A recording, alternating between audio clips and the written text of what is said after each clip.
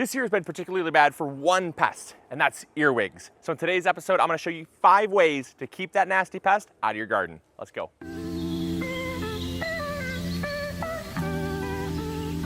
So earwigs, contrary to popular belief, do not crawl into your ears. Earwigs are actually a flightless arthropod, and that means they have a hard exoskeleton.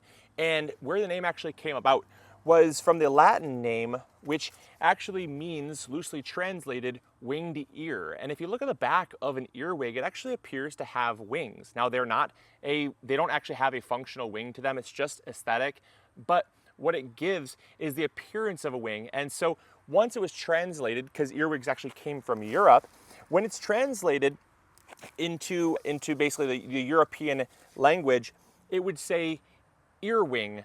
But because the N is often dropped, it then was translated to earwig. There's really no association with crawling into your ears, though that's just a very common urban legend.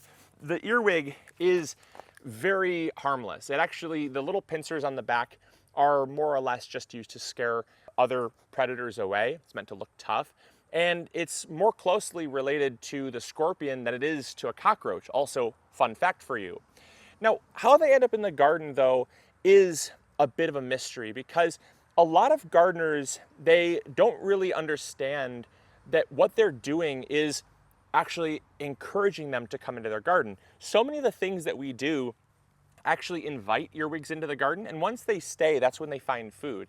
It's oftentimes us as gardeners that are allowing them to come in the garden and provide food that keeps them around, because earwigs actually have a very specific type of environment and ecosystem that they like to thrive in. And in most gardens, if just a few things are changed, it becomes not really very hospitable for them. But if you do the wrong things, they'll love it. And so we're gonna talk about all those things that you can do to keep them out of your garden. So your problems with earwigs actually probably arise the year prior. You see, when it comes to the conditions that earwigs like to thrive in, they actually like to thrive in damp conditions. And what happens is they actually will lay underneath leaf litter. And that's where the females will then go dormant and overwinter. And if you have a mild enough winter and a lot of leaf litter laying around, that leaf litter is where they call home. They actually only live about a ½ inch below the soil, no deeper than that. And so if you have a lot of leaf litter laying around, those females can overwinter. Then in early spring, that's when they go and find a mate. They go to try to find a male. They then lay their eggs once they mate, and they lay their eggs about 60 per cluster loosely under the soil. Again, very shallow. At that point, they metamorphosize from the egg, they hatch into a nymph, but then hatches into the fully mature earwig. And what happens is that if we don't break that cycle, they can actually overpopulate an area, especially in areas that have mild winters, like we've had. And that's why a lot of you are writing in saying, it seems like the earwig population is out of control. And in fact, it is.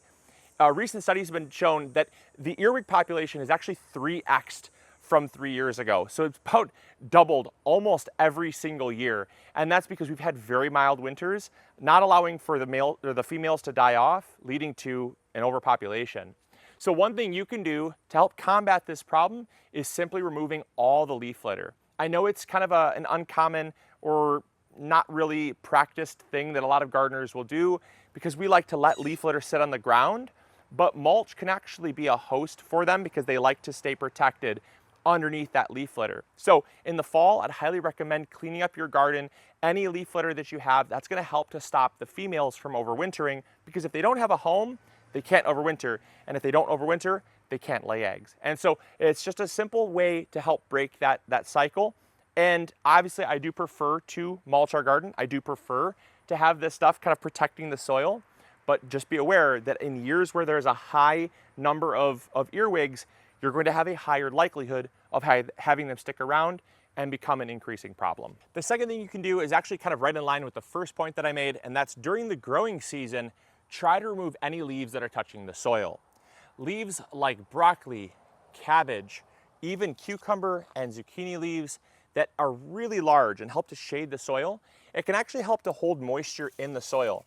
And what that does is it provides a home, because arthropods breathe through their skin.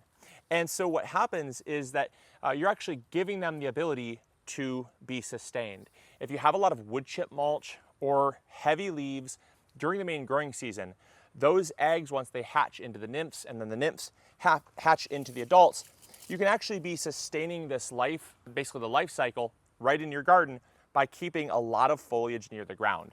You can actually consider them a lot like slugs. Now, they're nowhere near related to slugs, but slugs and earwigs both like similar conditions, and that's because they like cool, damp conditions. Cool, damp, and dark, actually.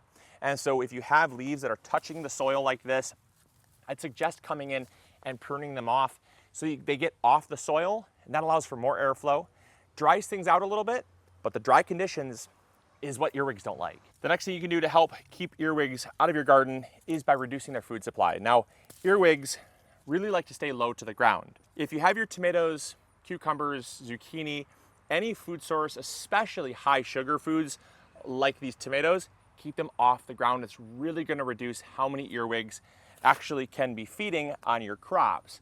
Again, if they're low to the ground, that's a very popular place for earwigs to come and eat out your plants. So make sure you keep your plants trellised if you really want to keep earwigs away. It's not foolproof. We just had a couple earwigs climbing on our tomatoes, but again, they were on the lower fruits. The higher up fruits should have no earwigs at all.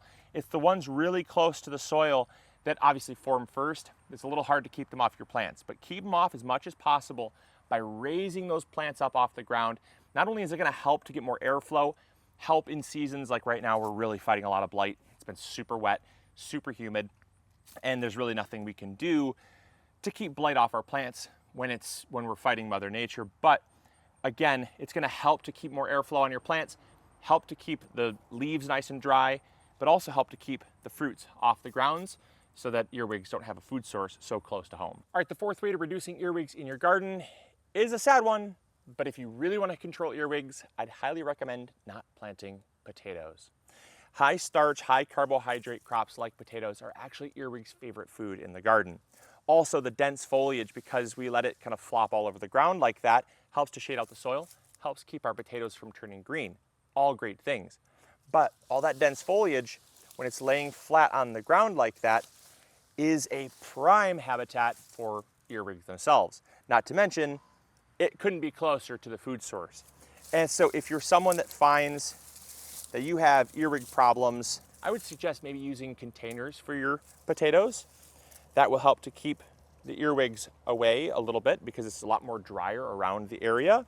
But also, maybe just consider skipping a year and not growing potatoes at all. You know, there's not really anything you can do. The potatoes naturally just love to attract earwigs. And so if you find that you're really trying to combat an earwig infestation in your garden, maybe consider avoid planting one of their favorite foods. All right, and the fifth and final tip, and this one is going to seem absolutely crazy, and you're probably wondering, Luke, why are you watering during midday? You always say never water during midday. Well, never water during midday unless you have an earwig infestation. We've actually got a ton of earwigs in our garden. It's been a problem that's been plaguing us now since spring, and we really need to help do anything we can to get the earwigs out of our garden or keep them out of our garden, because what happens when you water during the early morning or the late evening is water sticks around. And again, what do earwigs love? They like damp, cool, dark conditions. And so by watering during midday, it's going to give water a chance to evaporate and dry out before the nighttime comes so that they're not encouraged to stick around your garden. And so on the rare occurrence that we have to water our garden, we're going to water not quite during the very heat of the day, but we're also going to worry about not getting water on the leaves, right? We don't want to spread things like powdery mildew any faster than it probably already is spreading with how humid it's been. We also don't want to, we don't want to burn any fruits, burn any leaves with sunburn, stuff like that. We just want to make sure that we water the soil nice and deeply to help irrigate those crops when they're going to need the water, but not at a time when it's going to invite things like earwigs into the garden. And so these are 5 super simple ways that you can help to keep earwigs out of your garden. Again, I would probably say the biggest one of them all is just getting foliage off the ground. I think that one, if any from these takeaways, I know watering during the middle of the day seems a little bit crazy and counterintuitive, and some people might not be able to get around it. I get it. It works for us. It's worked for us. But what worked, I think, the most out of all the things has been keeping the foliage off the ground. Broccolis and cabbages in particular, those big, heavy, water-rich leaves, those are so prone to the earwigs. And if you can keep those leaves off the ground by pruning them up, taking those leaves off the ground, you're really gonna find a huge benefit. So I hope you guys enjoyed. I hope you all learned something new. If you did, make sure to hit the like button, subscribe if you haven't already, and let me know in the comments box down below if you have had earwigs and some methods that have worked for you to keep them out of your garden. All right, take care, y'all. See you guys. Bye. Hey, thank you so much for watching today's video. I really appreciate it. If you enjoyed, consider checking this one out. You'll probably enjoy it just as much. I want to thank you so much for your viewership, because without it, this channel would not be as amazing as it is. If you haven't subscribed yet, it's free. Consider doing that. We upload every Monday, Wednesday, and Friday, rain or shine. And if you need any garden tools, supplies, or seeds, check out MIgardener.com. We got you covered. See you guys in the garden. Bye.